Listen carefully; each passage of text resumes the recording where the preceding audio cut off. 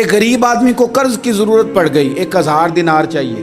میں کہہ چکا ہوں کہ درہم چاندی کا ہوتا تھا، دینار سونے کا، اب 1000 دینار لینا ہے۔ تو جس بندے سے اس نے کہا، اگرچہ وہ نیک بندہ تھا، اس نے کہا یار 1000 دینار دے دو، تو کہنے لگا کوئی گواہ ہے تیرے پاس؟ وہ کہنے لگا غریبوں کا گواہ کون ہوتا ہے؟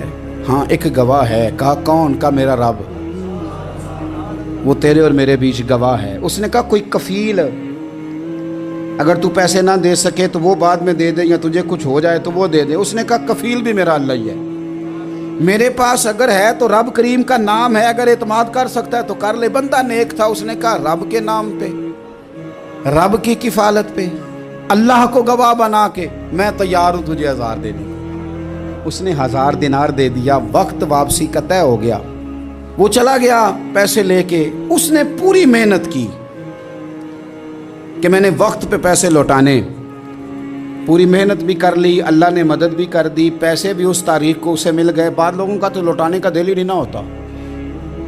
فرمایا حدیث پاک میں کہ تو لوٹانے کا ارادہ کر، رب تیری مدد بھی فرمائے گا۔ لیکن یہاں بہت سارے لوگ کہتے ہیں خیر ہے، ارادہ ہی نہیں، تو پھر جس طرح کا بندے کا گمان ہو رب بھی اسی طرح کا معاملہ فرماتا ہے۔ اس نے پیسے جمع بھی کر لیے اور واپس دینے کو تیار بھی ہو گیا، لیکن رستہ بحری جہاز کا تھا، کشتی کا تھا، دریا کے رستے واپس آنا تھا۔ اب وہ جب آ گیا دریا کے کنارے تو بڑی کوشش کی، پر وہاں اسے کوئی کشتی نہیں ملی۔ وقت پہ پیسے لوٹانے ہیں، سفر کرنا ہے، اب سواری میسر نہیں ہے۔ سوچ سوچ کے پریشان تھا کہ میں نے تو اللہ کے نام پہ لیے۔ اچانک دل میں ایک تجویز آئی، اس نے ایک لکڑی لی، لکڑی کو اندر سے کھولا، 1000 دینار اس میں بھرا، بخاری پڑھ رہا ہوں، اور ساتھ ایک خط بھی لکھا کہ یار میں پیسے پہنچانا چاہتا تھا پر مجھے کوئی چیز نہیں ملی دریا کے اس پار آنے، اللہ کے نام پر تیری طرف روانہ کر رہا ہوں۔ اور یہ کہہ کہ وہ لکڑی دریا میں رکھ دی، وہ لکڑی ڈوب گئی ہے، واپس آ گیا۔ وہ جس نے پیسے لینے تھے وہ عین مقررہ وقت پر دریا کنارے آیا۔ صبح سے سر شام تک اس نے انتظار کیا، دل ڈھلنے لگا تو دل میں خیال آ گیا کہ یار نہیں، اس نے دینے ہی نہیں، جھوٹا وعدہ کر گیا، پہنچا ہی نہیں وقت پہ۔ اب جب واپس لوٹنے لگا تو اچانک دریا میں ایک لکڑی تیرتی ہوئی دکھائی دی۔ کہنے لگا لے جاتا ہوں، شام کو روٹیاں پکانے کے کام آئے گی، ایندھن بنا کے جلا لوں گا، ہنڈیا پک جائے گی۔ لکڑی اٹھا کے جلانے کے لیے گھر لایا، گمان تھا کہ وہ نہیں آیا وعدہ کر کے، اللہ کو کفیل اور وکیل بنا کے اور گواہ بنا کے پھر بھی نہیں آیا۔ لکڑی لے کے گھر گیا، بخاری ہے، اور جب اس کو چیرا نہ کہ میں اس کی آگ جلاؤں گا، کھولا تو اندر سے 1000 دینار بھی نکل آیا، خط بھی نکل آیا۔